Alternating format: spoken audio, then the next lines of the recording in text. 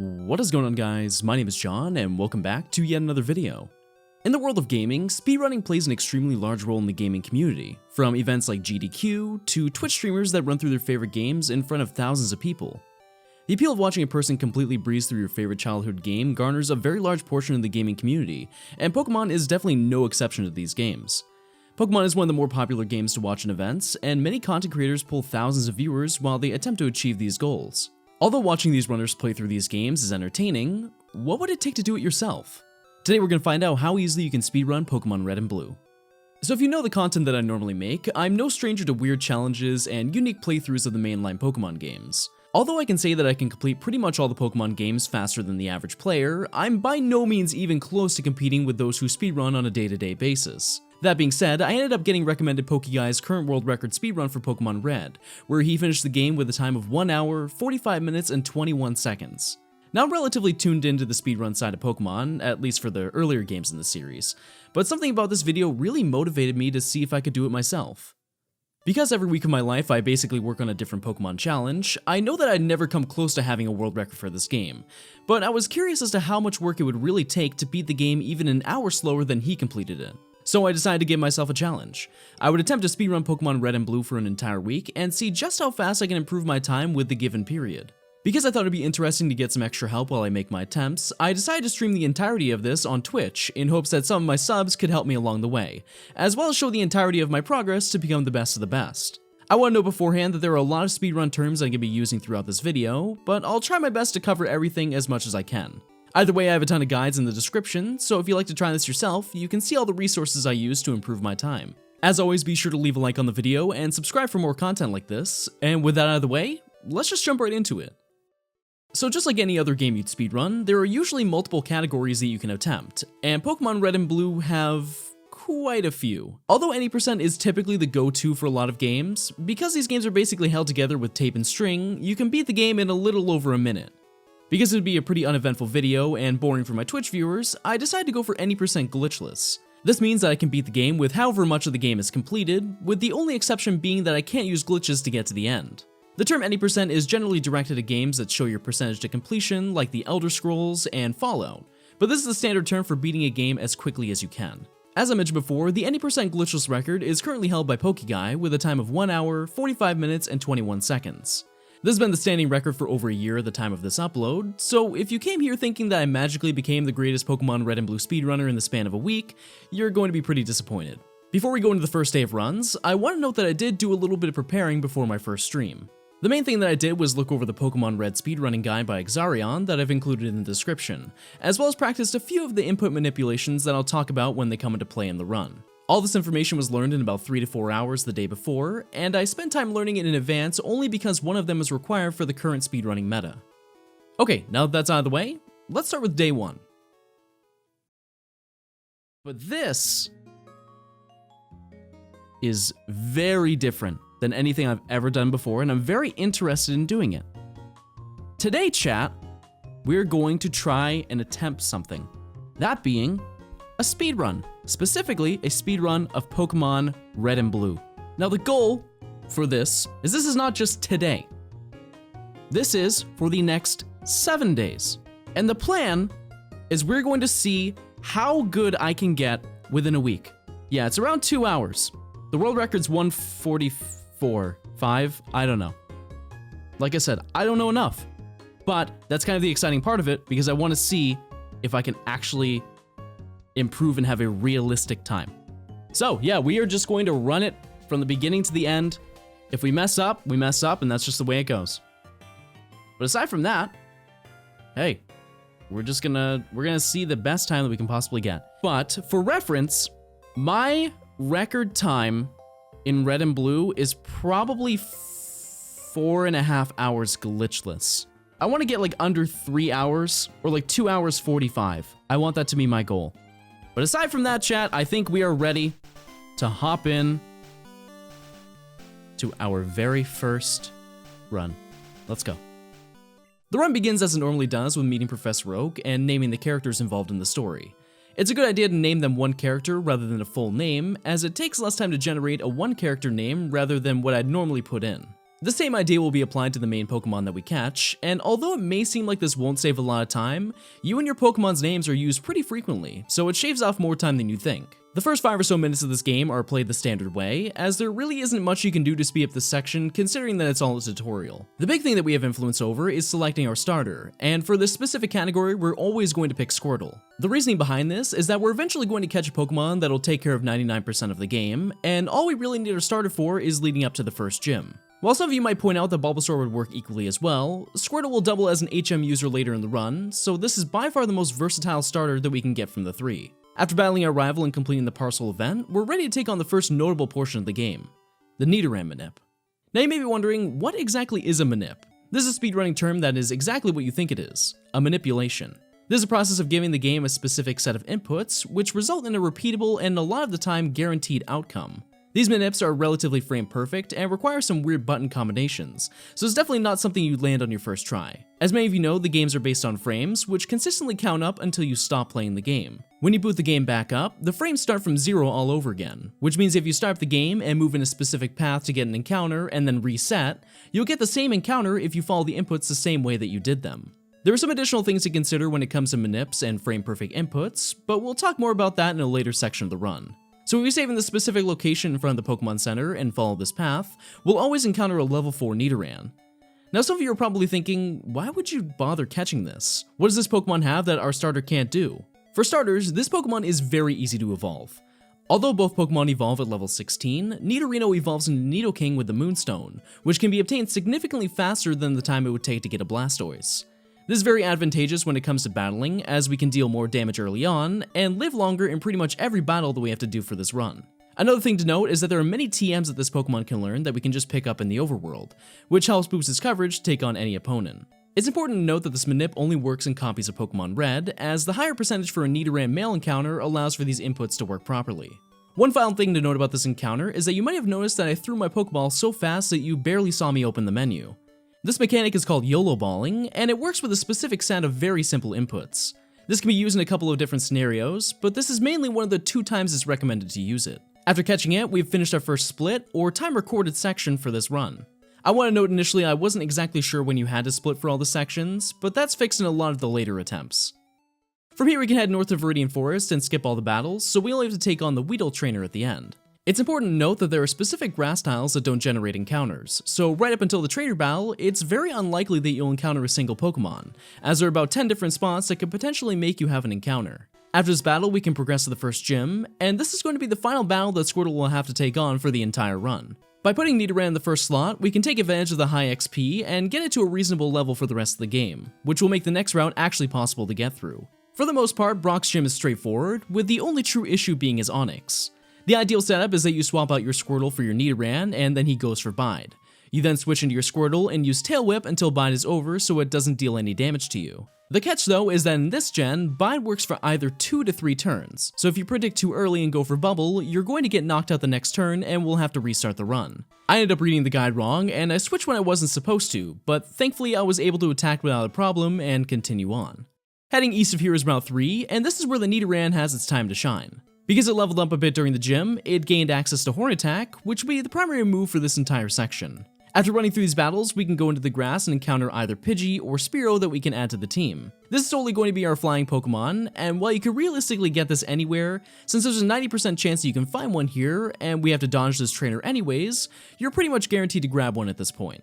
From here we can head into the Pokemon Center, and this is the point in the run where things get very difficult. Mount Moon is a very interesting point in the speedrun, as it holds the item that will evolve our partner into its strongest form, but it's also the location of many required items and potentially dozens of random encounters. Considering the amount of floors and the overall size of this area, it's nearly impossible to get through this area without encountering at least a handful of Zubat and Geodude. But there is a solution to this issue. As you'd expect, there is a Mount Moon manip, which allows you to get through almost the entire area without finding any Pokemon, and it stops with a Paris encounter, which is really useful because of its ability to learn Cut and Dig, which will help out significantly throughout the entire run.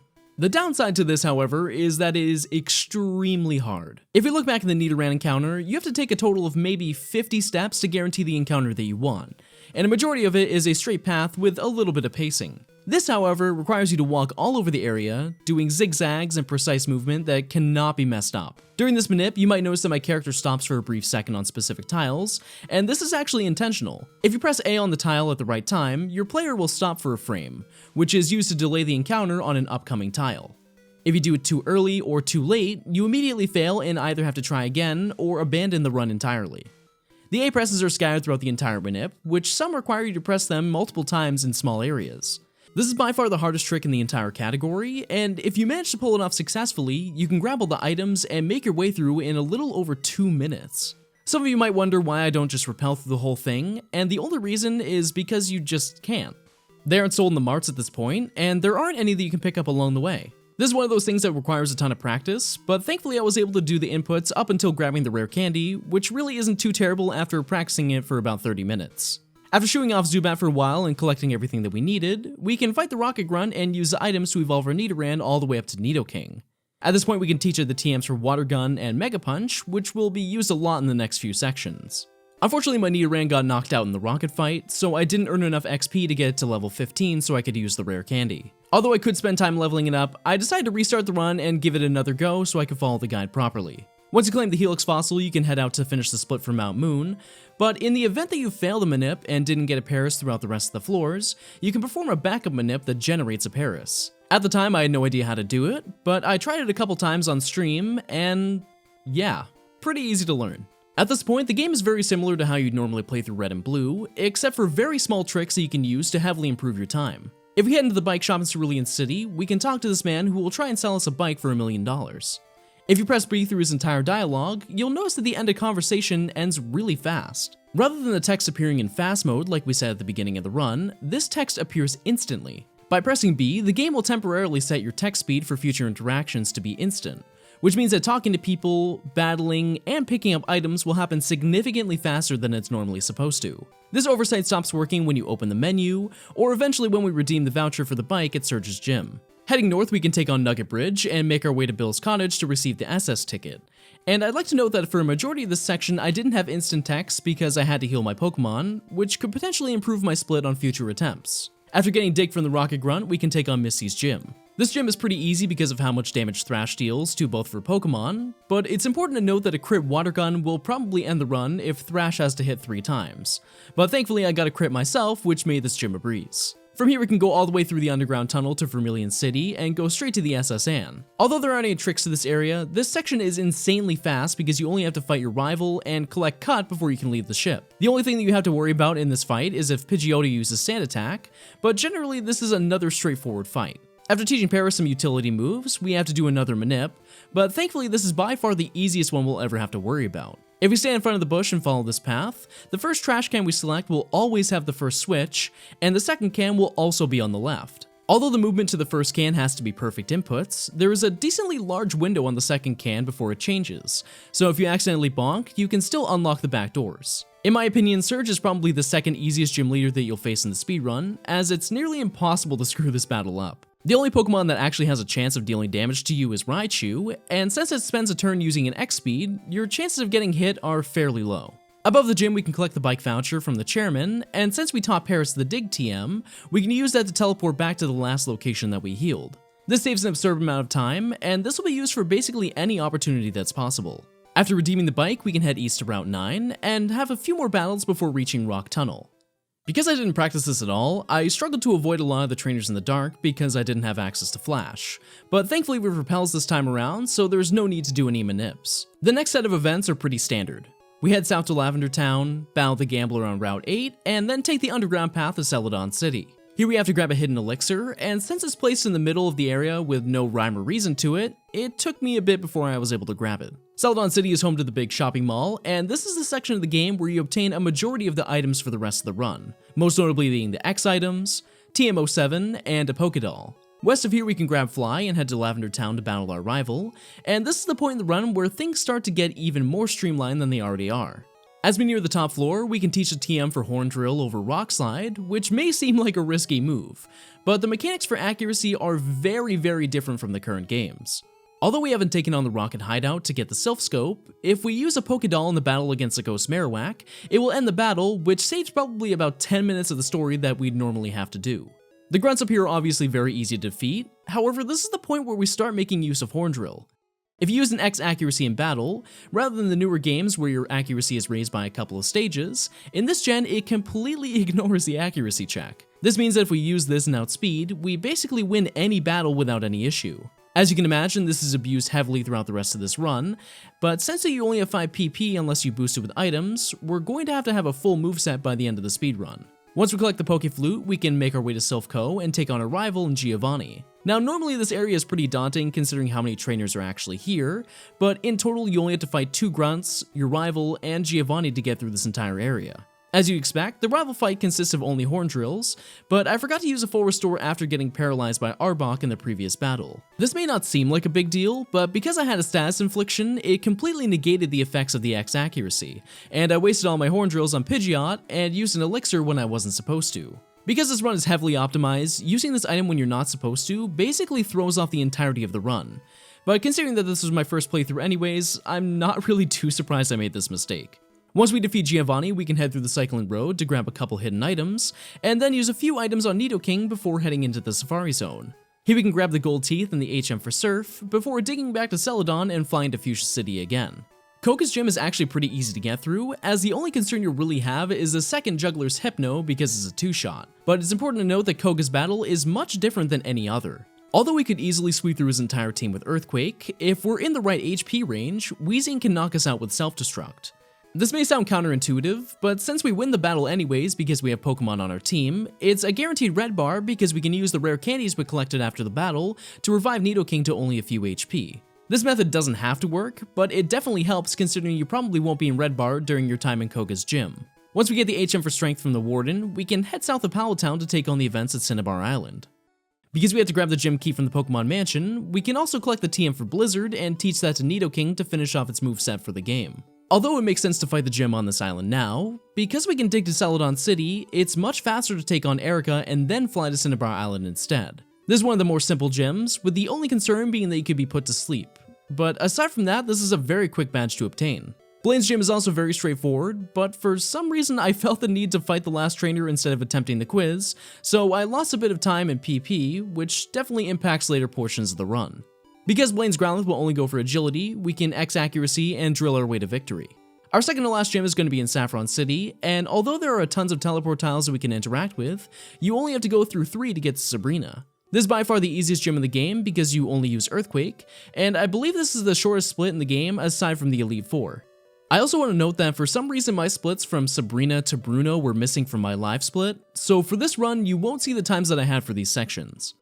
From here we can head into Viridian City and take on the final gym. The only difficult battle that we have to take on here is going to be the second trainer, as Machoke has a chance to use Low Kick or Karate Chop to knock us out. But considering that I wasn't at red bar for a majority of this run, it wasn't an issue for this run.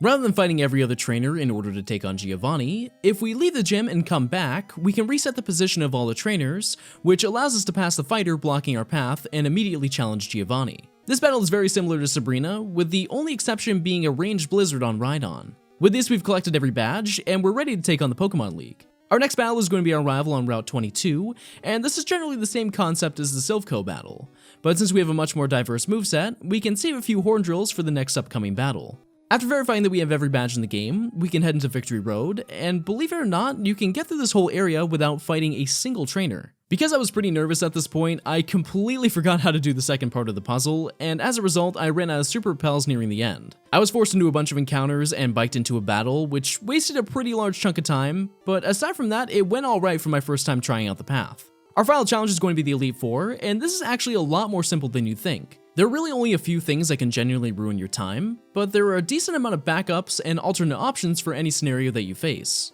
Starting with Lorelei, the plan is to switch into your only other Pokemon in your party and let it faint. Because she's coded to always use Rest on turn 2, you can safely use an X accuracy and Horn Drill to win. When it comes to Bruno, it's pretty much the same deal, except your only worry is having Onix knock you out before you can get your X accuracy up. Once again though, I didn't have red bar at this point, so it really didn't make a difference at the end of the day. Agatha is the final real challenge that we're going to have in this run, and the only reason for that is because her Pokemon can put you to sleep, and her final Pokemon Gengar will outspeed you on the final attack. This is probably the most nerve-wracking battle out of the bunch, considering that it could definitely end your run, so it's highly recommended to save after this battle. Because Lance's team is full of dragon types, Blizzard is going to be your go-to, but you're still going to need to throw down an X Special and an X Speed in the middle of the battle in order to get through this properly. Our final battle is going to be against our rival. As you'd expect, Horn Drill is the only move that we're going to use, which means that the only turn that actually matters is the first two when we use speed and accuracy.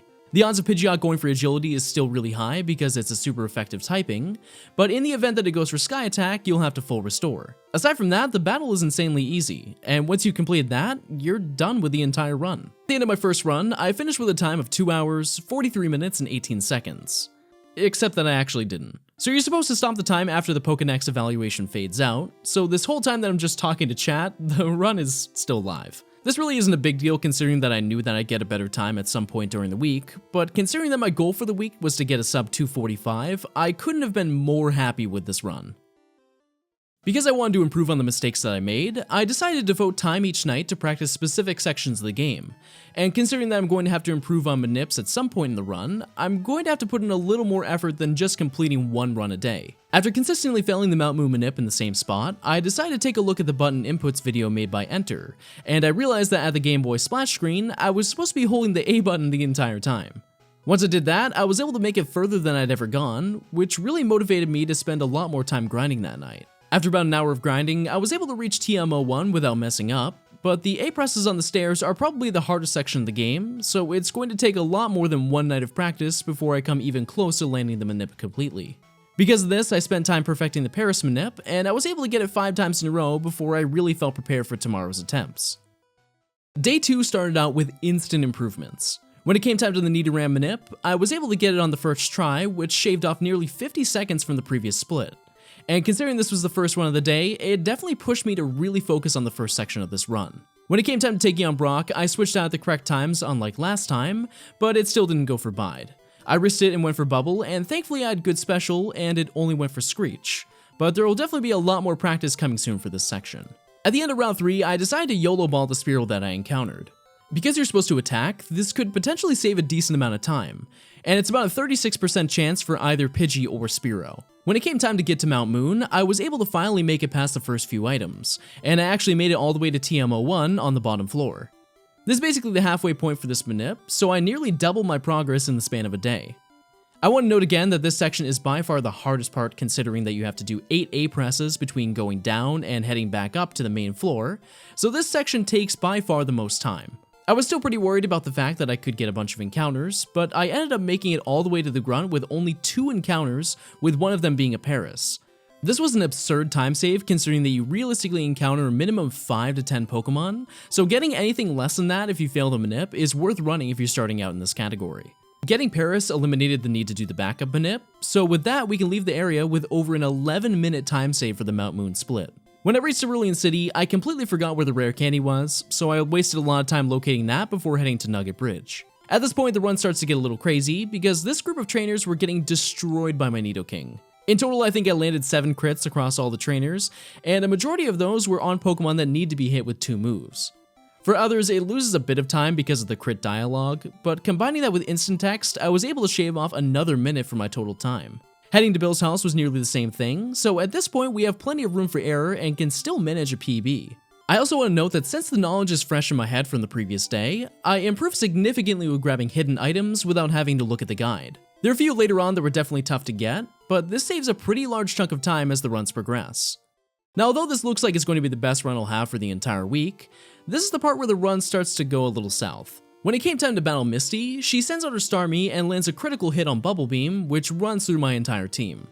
At the end of the day, I'm still way ahead and only lose about a minute because we're right next to the Pokemon Center, but over the course of this run, you'll see how much of an impact this unlucky moment will affect the run. After defeating her and heading south to the underground, I grabbed the hidden full restore, but since I had instant text, I collected it so fast that I thought I didn't actually get it.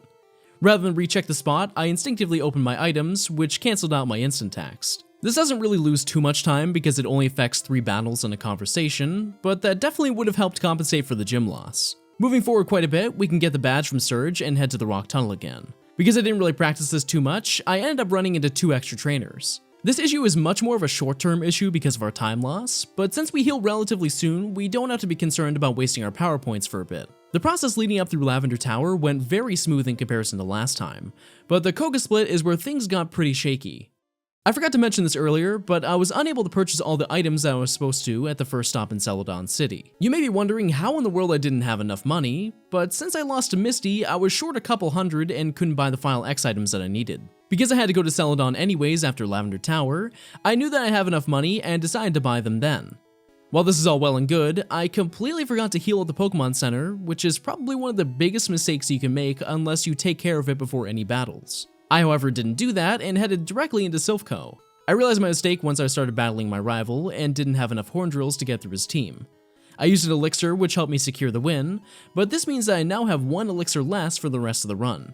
I'm sure you can imagine how well that would go for me. Despite all of this, Koga's gym went extremely well, and I managed to get self-destruct turn 1, which bounces back into getting gold splits. When it came time to take on Erica's gym, I forgot to hug the wall and walked right into another trainer. Once again, this loses a minute or so, but thankfully the next few sections went really well.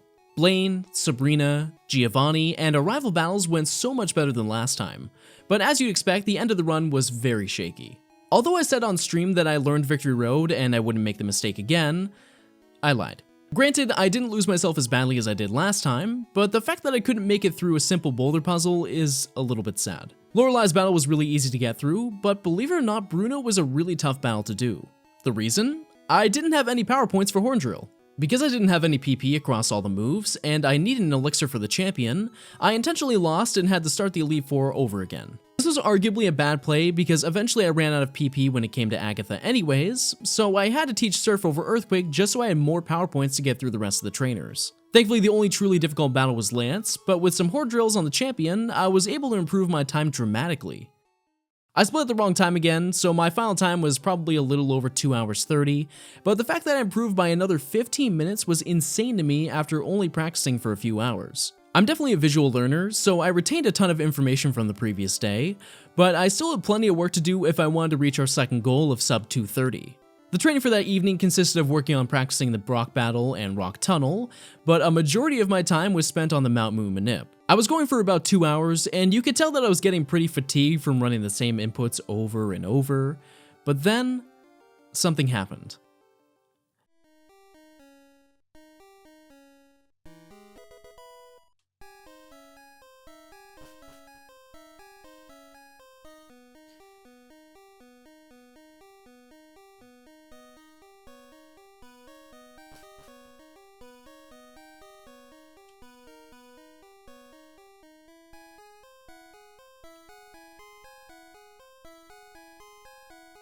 That didn't look right.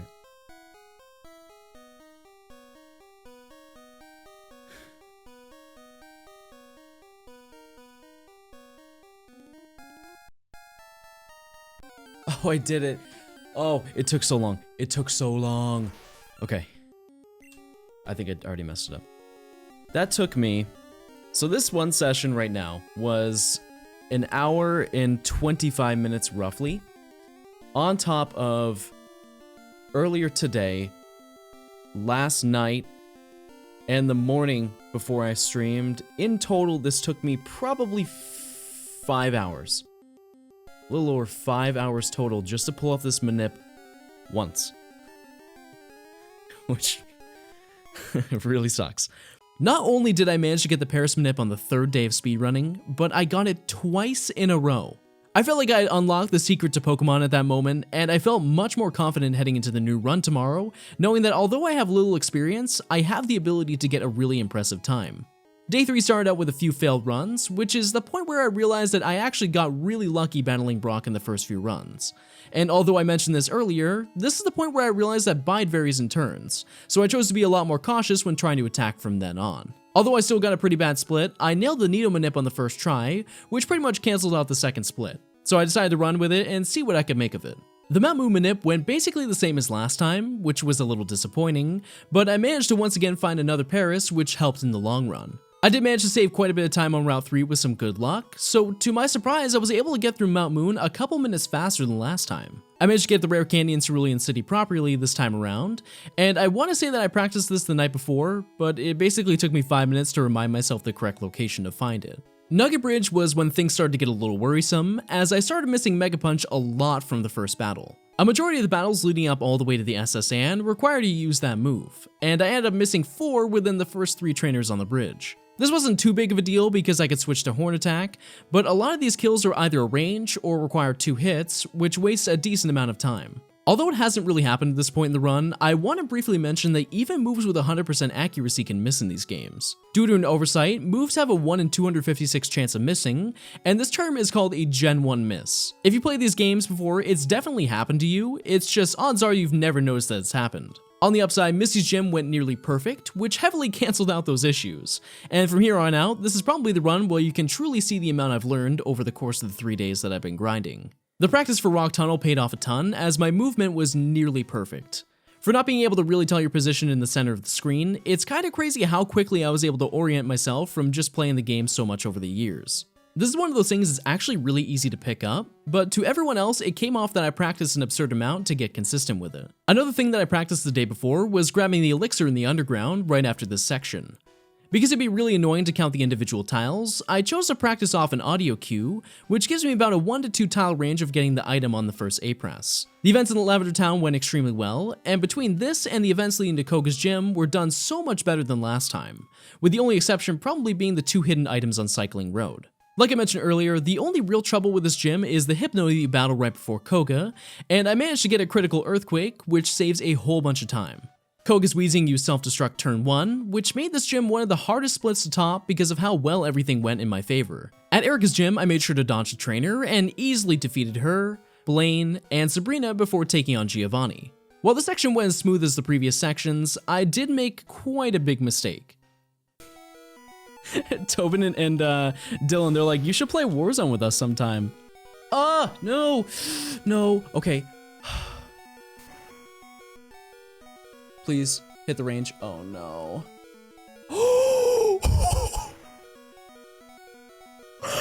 Wow! For a little context, at our current level, Blizzard is a range kill, which means that while it can knock out with 1 attack, there's a very good chance you're going to have to land 2. Because I misclicked Thunderbolt, I wasted 1 safe turn, and getting the freeze on Blizzard was probably the only thing that could have possibly saved me from losing this run. I took that as the game telling me, you're doing really well, can you please not completely throw this run for once? Leading up to Victory Road went really well, but as I was nearing the end of the cave, I thought that I was holding up long enough to get past the trainer, and I managed to bike right into the Karate Guy again. I ended up dying to his team, which wasted about 3 minutes for the battle and the process to get back to that area, which is extremely discouraging. But at this point, I was almost 20 minutes ahead of PB, so I would have had to really mess up to not walk out of this one with an improved time. Thankfully, the Elite Four went extremely well, and since I didn't use any items that I wasn't supposed to earlier, I saved more time, which helped cancel out the mistakes in the Victory Road. With this, I managed to get a time of 2 hours, 10 minutes, and 58 seconds, which means that I once again beat another goal set in this challenge.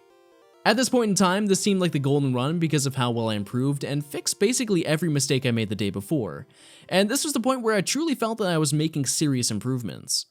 I decided to set a final goal of sub 205 for the week because I knew that there was a threshold before I'd have to really start practicing menuing sequences, faster route options, and basically all the things that the top players use right now, which is something that really isn't possible to get consistently good at in only a few more days. From this point on, I stopped training because I really felt like I was handling the runs really well. Periodically through the days, I spent a few minutes going over paths, but in comparison to the first few days, I really didn't think I needed to bother with some of the more simple tricks. Day 4 started out pretty standard to the previous runs, with a few of them reaching around Brock and Mount Moon, but nothing really notable happened until the 4th run of the day.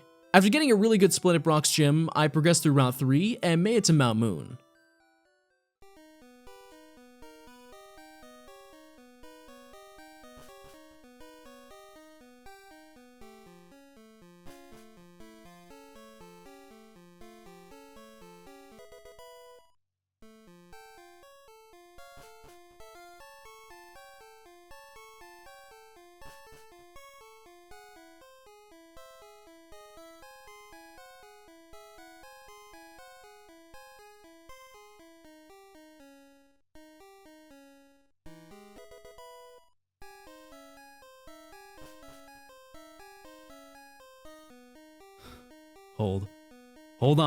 Hold on.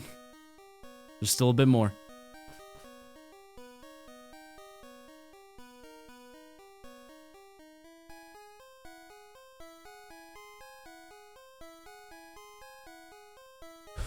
One more A press and we got it. Unless I messed up somewhere. I've just been really lucky.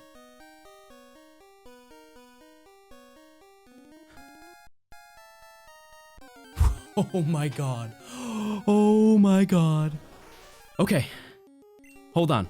So, for this battle, it's not guaranteed. It's not guaranteed. So what we're gonna do is we're gonna tackle it. Oh my good god. Actually, I was supposed to poison sting it. It's fine. Who cares? We still got it. We still got it. After spending about 6 hours of grinding, I managed to successfully get the Mount Moon manip on stream, which was one of the biggest goals that I figured would never happen on stream throughout this week. This movement saved a total of about 3.5 minutes on my split, and as you'd expect, I was on a bit of an adrenaline rush because of it. My menuing became a lot more shaky because I was very distracted, but I managed to make it out of the hardest section of the game in under 30 minutes. At Nugget Bridge, I started to lose some time because I somehow managed to miss more Mega Punches than last time, but I somehow still got gold for the split, so I really can't complain. The next few sections went extremely well, and considering that the second half of the game is much easier, I could easily get sub 2 hours if I stayed on pace. After some good menuing, I set up for the final manip of the run, and then this happened.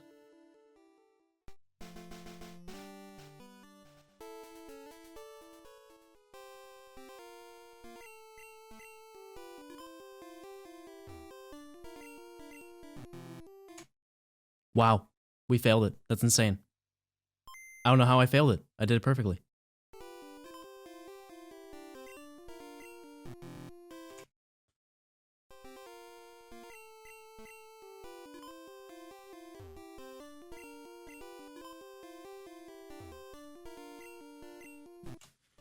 This is exactly how I've done it every other run.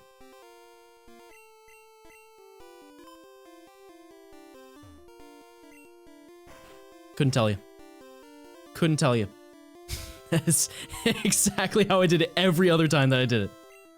Despite being probably the easiest manip in the game, I managed to mess this up for a whole 3.5 minutes, which, yes, cancelled out nearly all the time I saved at Mount Moon. The issue that I was having was that I wasn't pressing B after talking to the trash, which for some reason moves the position of the can to a new location. Like I mentioned before, the window for the second can doesn't require you to be frame perfect, so I can only assume this was the reasoning why it stopped working. There is also a chance that the manip will fail, which ended up happening during this point, so you can imagine I felt like a complete idiot after having the most insane first half that a beginner speedrunner has had in the history of the planet.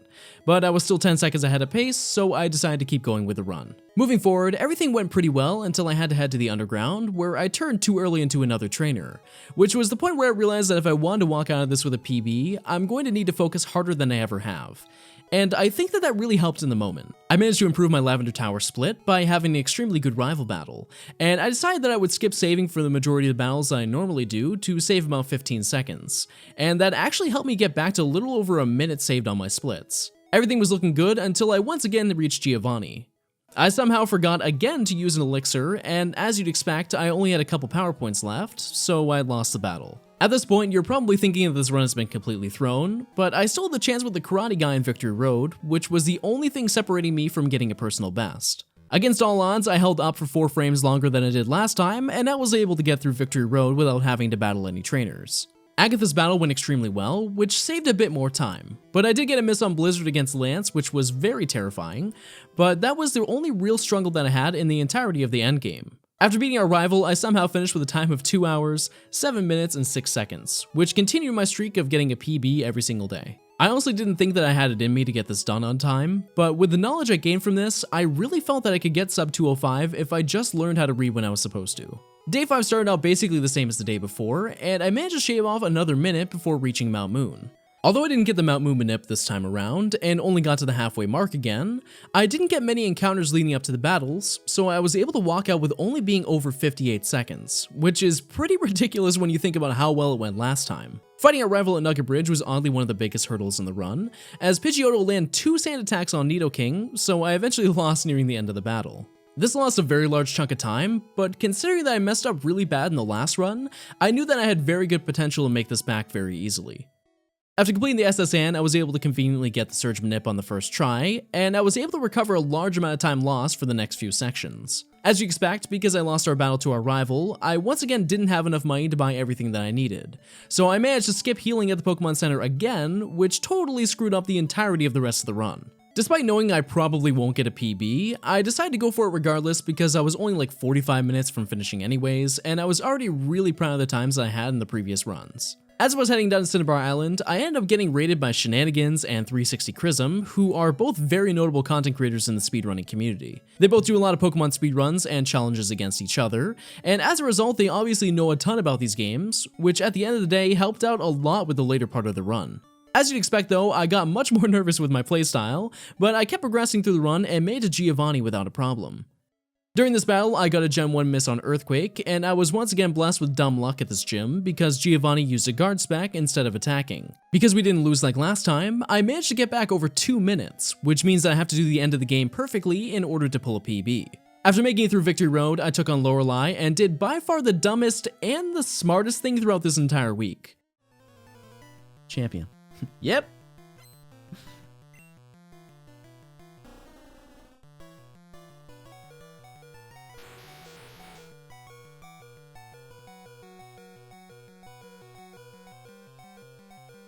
Oh no, I totally messed it up. But he went for rest. Wow, that actually, is that save time?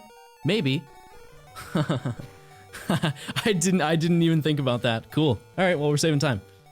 Now, normally you're supposed to switch into your flyer and let it die to an Aurora Beam so you can set up on the next turn, but I completely forgot to do that and used an X accuracy instead. Dugong went for rest, which means I saved about 30 seconds in the split, which means I saved the run by not reading properly. I could be wrong, but from what I was told, this has about a 70% chance to work in my favor, but obviously you probably shouldn't risk it if you're already ahead. Agatha's battle, however, was a complete disaster as I used the wrong item, and then got put to sleep twice.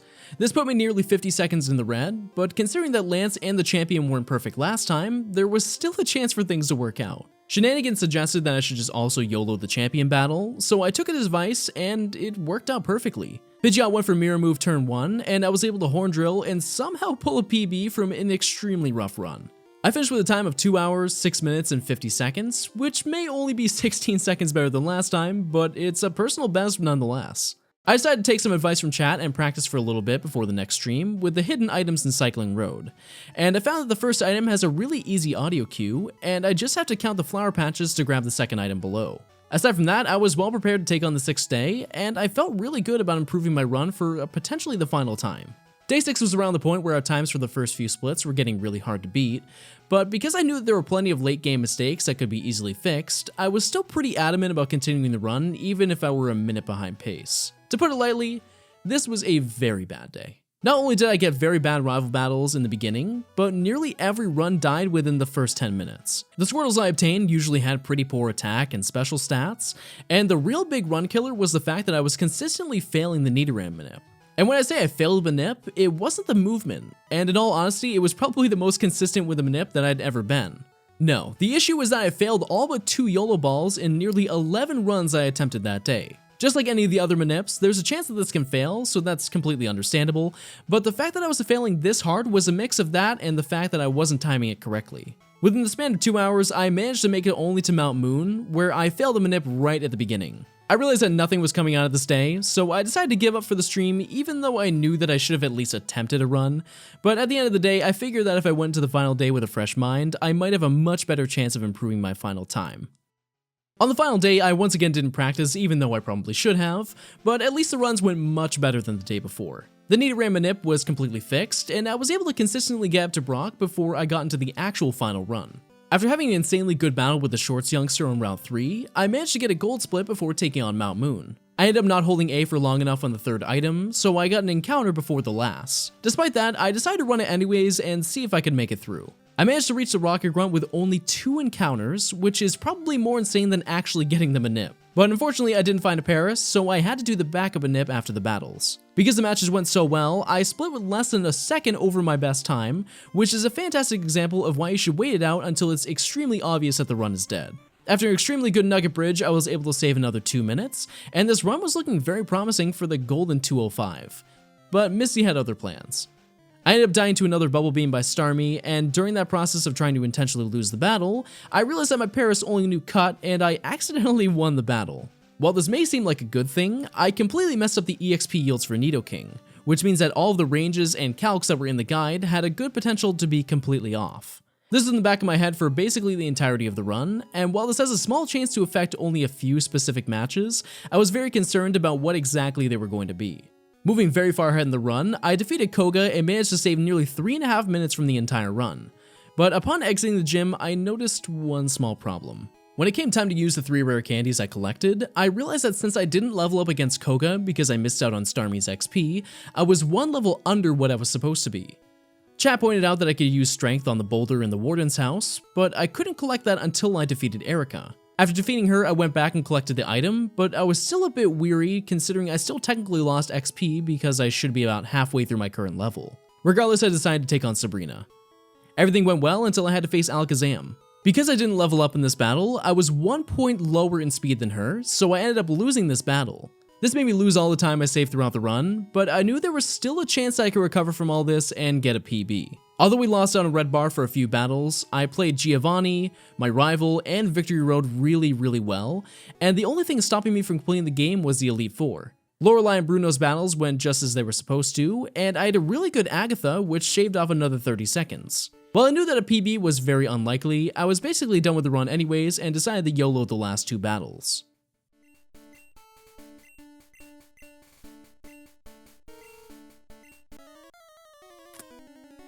How's that not gold? We had better. I don't know when. You've got a point. I have no idea when.